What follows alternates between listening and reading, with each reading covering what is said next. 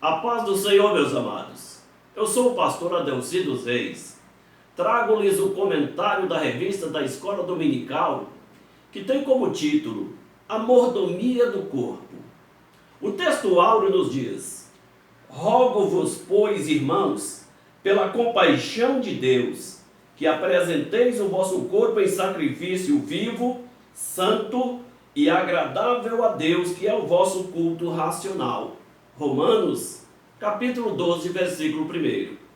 A verdade prática nos diz: o corpo do cristão é o templo do Espírito Santo e, portanto, deve ser preservado para a glória de Deus. Meus amados, na lição passada, nós falamos sobre mordomia e mordomo.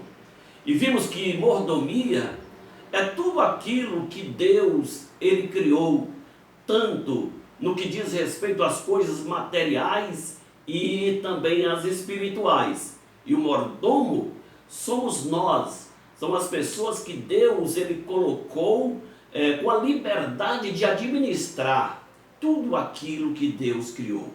E hoje nós vamos tratar sobre a mordomia do corpo. E nós vamos ver que o corpo ele possui duas dimensões: a dimensão material e a dimensão imaterial.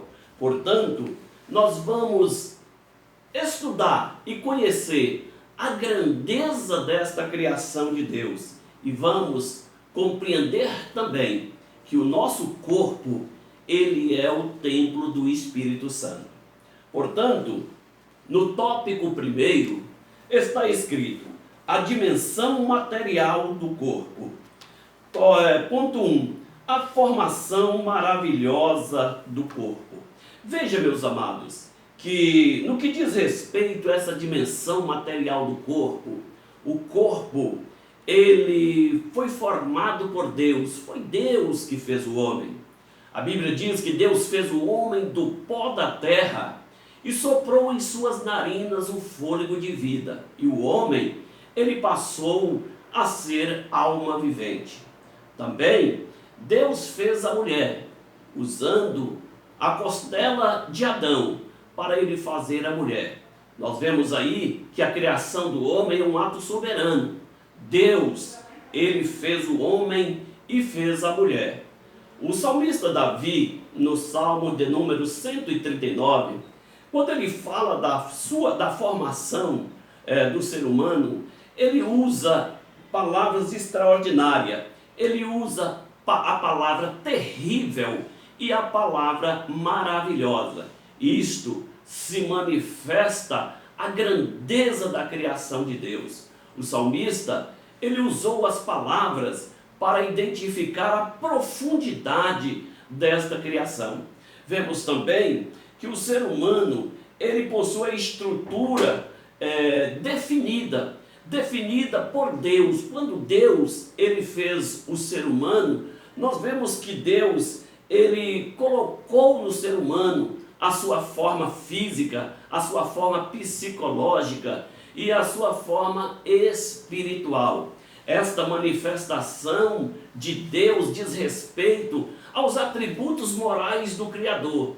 Um desses atributos morais é a sua soberania. Deus fez o homem por um ato soberano. E significa que Deus, ele não precisou de pedir conselho a ninguém, a nenhum outro ser. A soberania de Deus fez com que Deus ele decidisse formar o ser humano. E nesta formação do ser humano, nós vemos que ele é composto de corpo, de alma e de espírito. Então, Deus, mediante o seu ato soberano, ele usou também outros atributos morais, como por exemplo a onipotência e a onisciência. Pelo atributo da onipotência, Deus manifestou a capacidade absoluta de formar o homem. E pela sua onisciência, Deus ele fez de forma profunda. Deus fez de forma complexa, que a própria mente humana, embora tendo desenvolvido estudos ao longo dos séculos e dos milênios, procurando entender o próprio ser humano, mas o homem, ele tem se tornado incapaz de conhecer o próprio homem. Existe também a teoria da evolução, que tenta apresentar o homem como a obra do acaso, mas nós vemos mediante a palavra de Deus que o homem ele não é obra do acaso. O homem ele é resultado de um ato imediato de Deus, de um propósito de Deus em criar o ser humano. Pois bem, vamos para o tópico de número 2. O tópico de número 2, ele nos diz a dimensão espiritual do corpo. O ponto 1, ele fala o corpo segundo as Escrituras.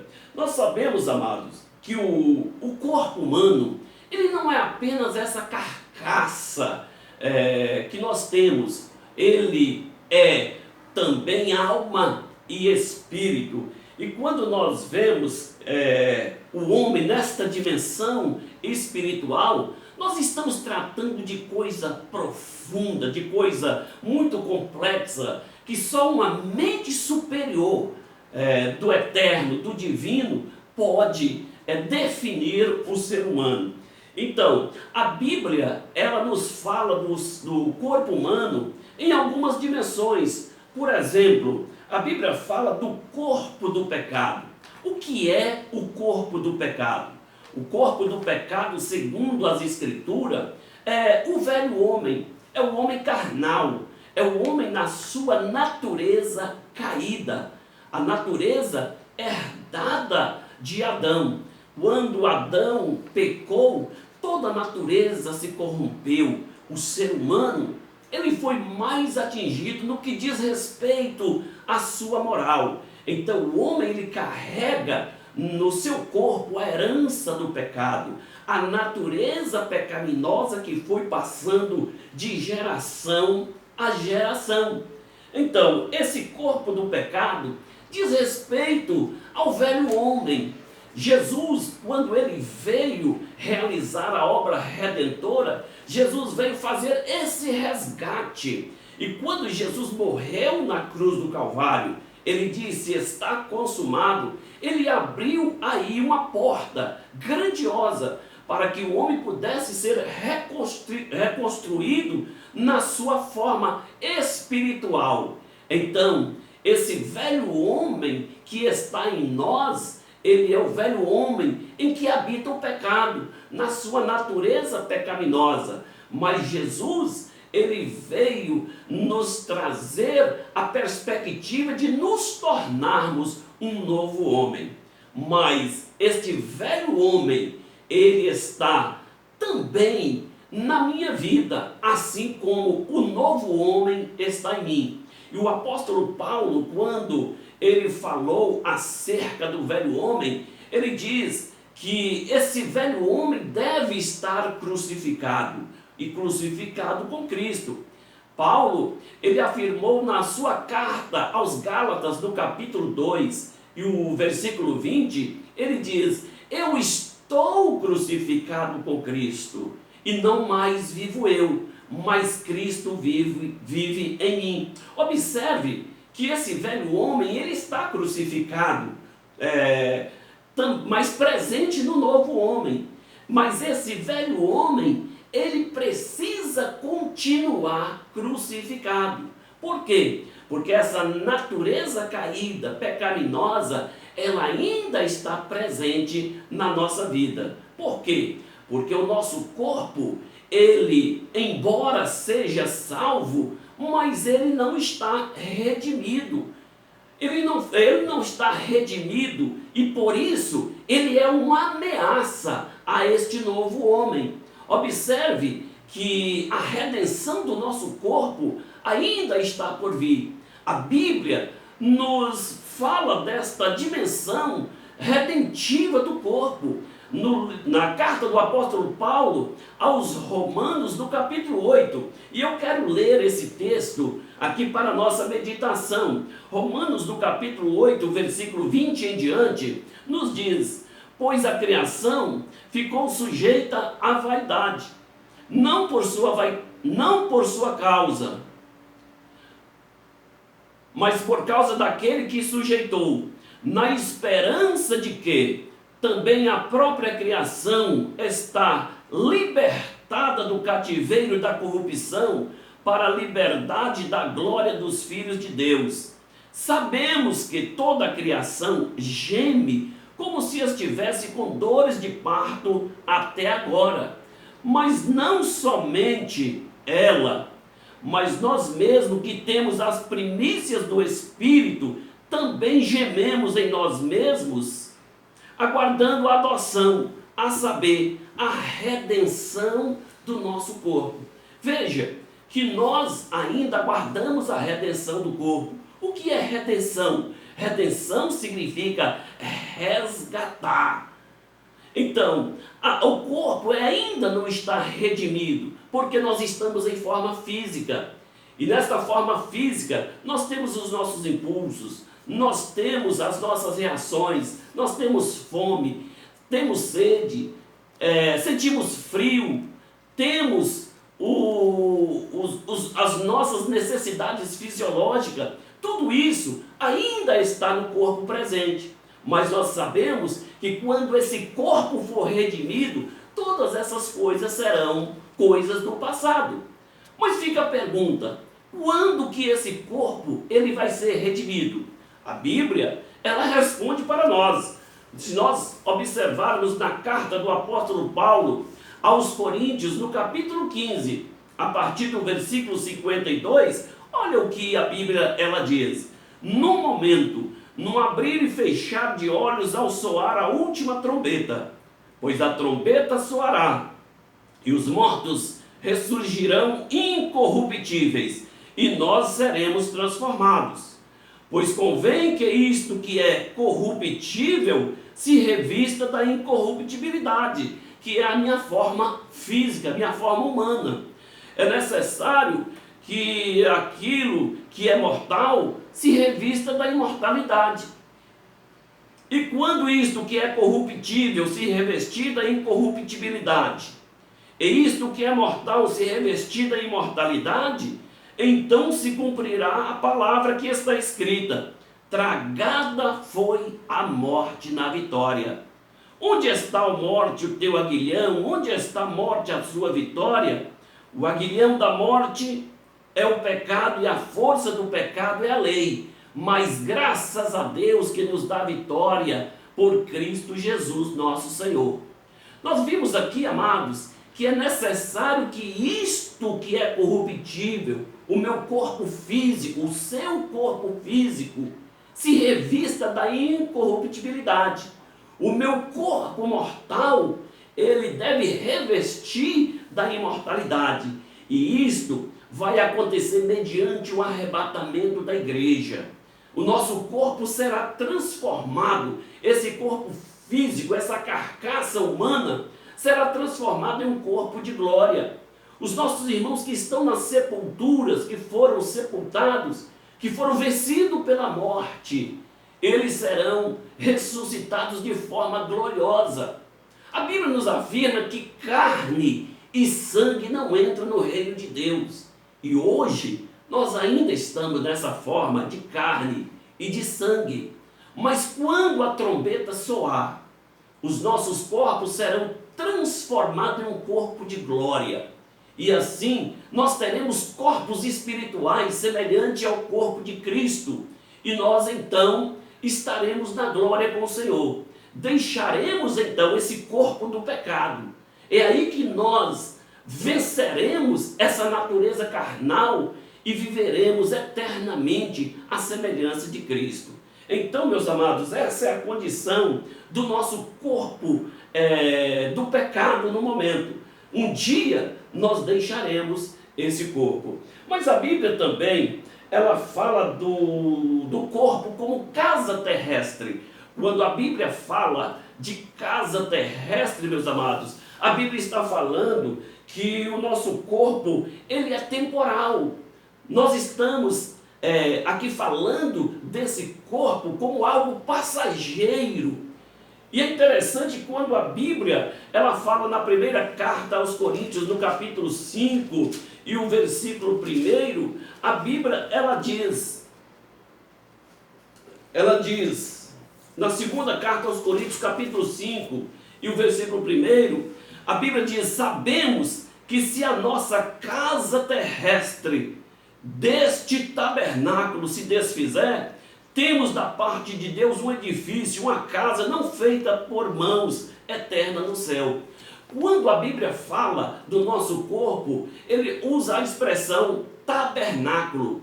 Isto é uma alusão ao tabernáculo na antiga aliança, quando o povo de Israel tinha o tabernáculo e durante a peregrinação no deserto. Nós sabemos que tipologicamente aquele tabernáculo, ele era algo passageiro, ele era algo que apontava para Cristo, que se cumpriria na cruz do Calvário. E na cruz do Calvário, Cristo cumpriu todas as coisas. No que diz respeito a este tabernáculo, ao meu tabernáculo, ao seu tabernáculo, também, meus amados, quando ele se desfizer da carne, quando ele se desfizer do sangue, nós teremos então um edifício glorioso, espiritual, na glória eterna. É isso que a Bíblia está falando a respeito dessa casa terrestre. Ela é terrestre porque ela é transitória, ela é passageira, mas Deus, ele preparou algo muito melhor para nós. A Bíblia também fala do nosso corpo como templo do Espírito Santo. O apóstolo Paulo, quando ele falou do corpo como templo do Espírito Santo, ele disse à igreja de Corinto: não sabeis que o vosso corpo sois templo do Espírito Santo, que habita em vós, proveniente de Deus, e não sois de vós mesmo? Quando o apóstolo Paulo estava instruindo a igreja acerca do proceder, acerca da moralidade cristã, ele colocou aí um confronto entre a vida de santificação, entre a vida espiritual e a vida carnal. E o apóstolo Paulo então confronta um viver cristão com o viver na carne. O apóstolo Paulo, ele questiona acerca da procedência da vida espiritual com o pecado. E foi nesse sentido que o apóstolo Paulo, ele adverte os crentes que o corpo, ele é o templo do Espírito Santo. E nós podemos ver, meus amados, que o apóstolo Paulo, ele estava questionando acerca dos pecados cometidos pelo corpo, especialmente os pecados de ordem sexual. Então nós podemos entender uma coisa, que existem alguns pecados que são cometidos através do corpo. Nós vemos, meus amados, que o corpo por si mesmo, ele não tem capacidade nenhuma. Mas existe uma lei que opera no corpo do pecado. E esta lei, ela atua nos membros do nosso corpo, fazendo o nosso corpo pecar. E uma dessas leis diz respeito ao nosso instinto. O que é o nosso instinto? O instinto, amados, é a força de energia emotiva da nossa alma. E essa força emotiva da nossa alma, ela foi perfeita quando Deus criou o homem, quando Deus criou Adão. Mas com a queda, Adão perdeu essa perfeição. Adão perdeu a sua espiritualidade. Adão, ele perdeu a forma perfeita da criação.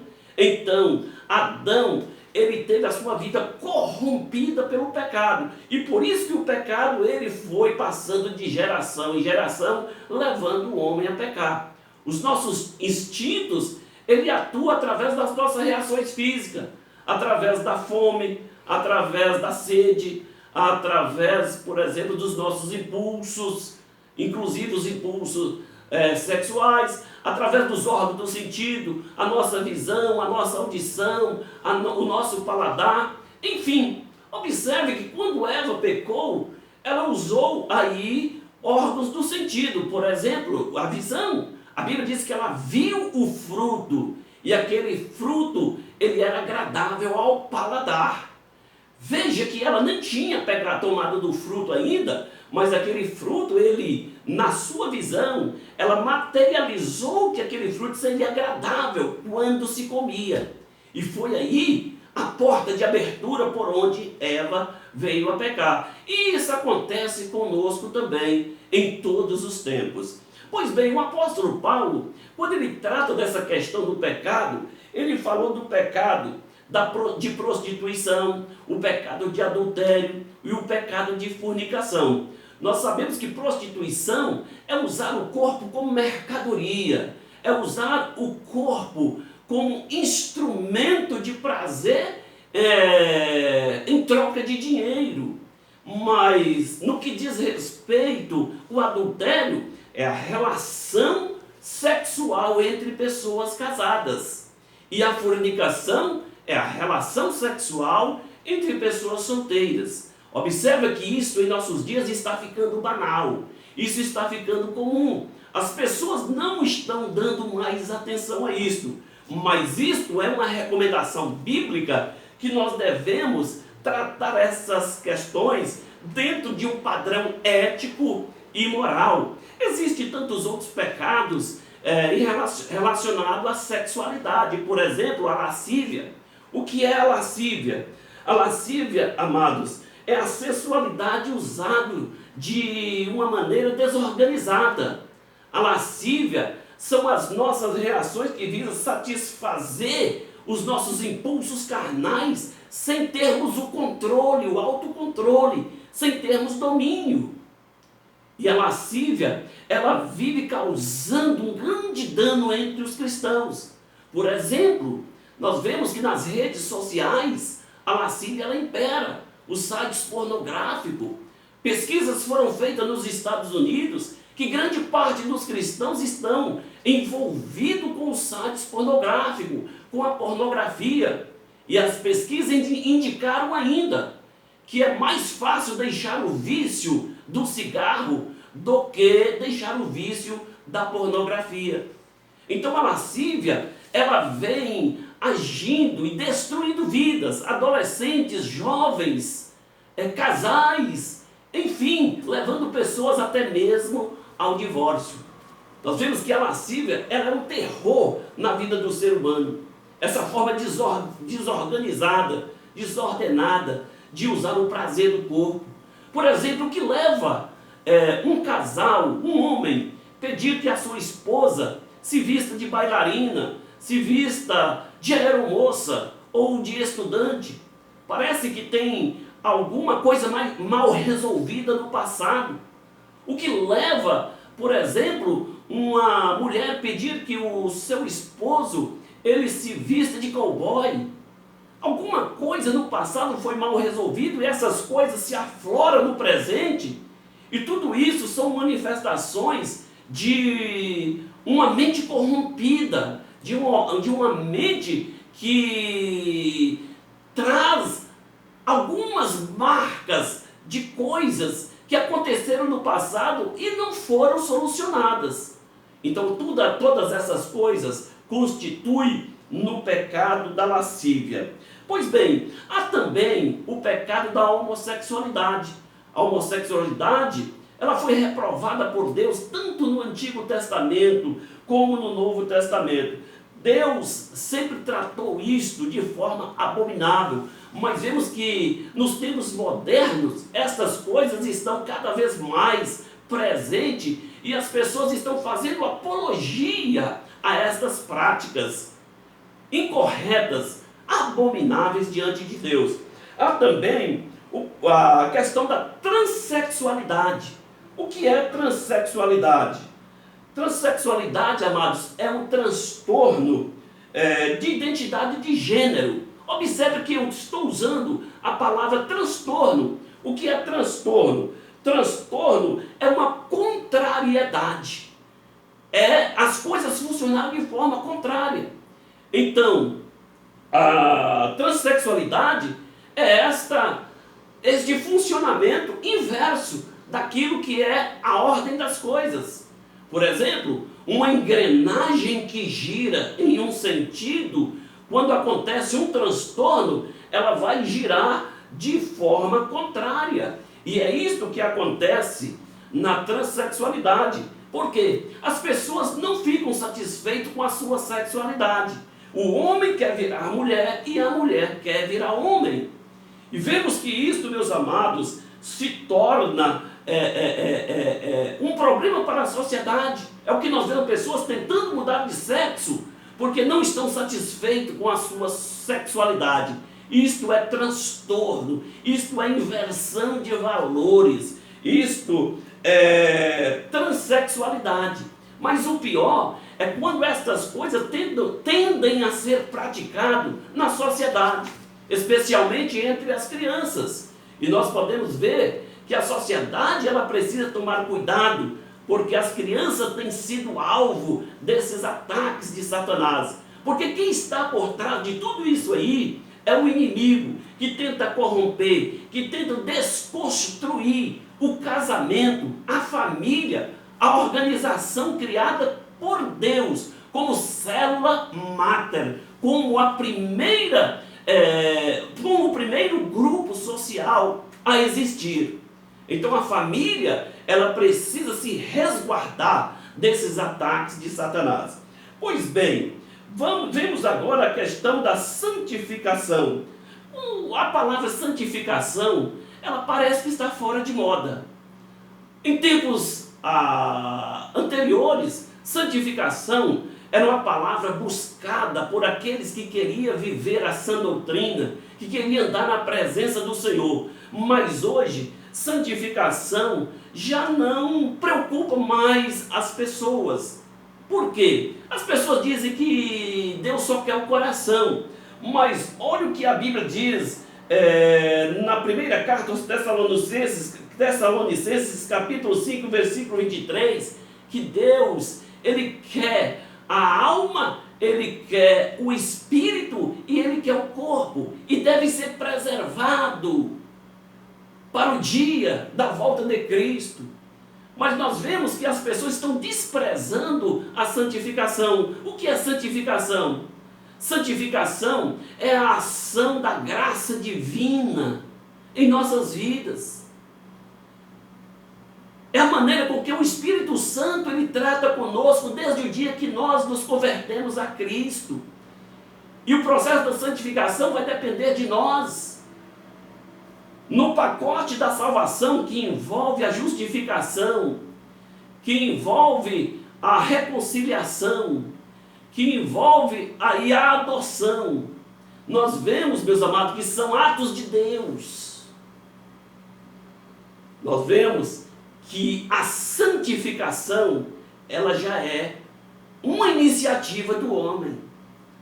Porque sou eu que decido acerca da minha santificação. Sou eu que devo buscar. A Bíblia diz que quem é santo, santifique-se mais. Em contrapartida, aquele que é sujo, suje-se mais. Então, à medida que nós buscamos a santificação, nós podemos ser mais santos. A santificação não encerra aqui na terra.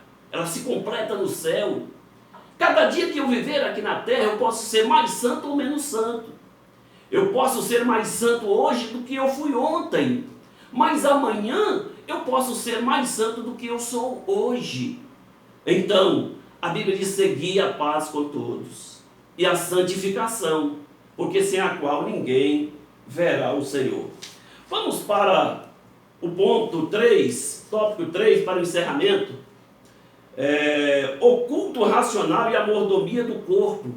Quando Paulo fala do culto racional e a mordomia do corpo, ele está falando aqui algo tremendo que está na carta do apóstolo Paulo aos Romanos, no capítulo 12, quando está aqui na nossa própria revista, que diz: rogo-vos, pois, irmãos, pela compaixão de Deus, que apresenteis os vossos corpos em sacrifício vivo, santo e agradável a Deus, que é o vosso culto racional. Então veja que esse culto racional do corpo, ele envolve um sacrifício vivo, envolve um sacrifício santo e agradável a Deus.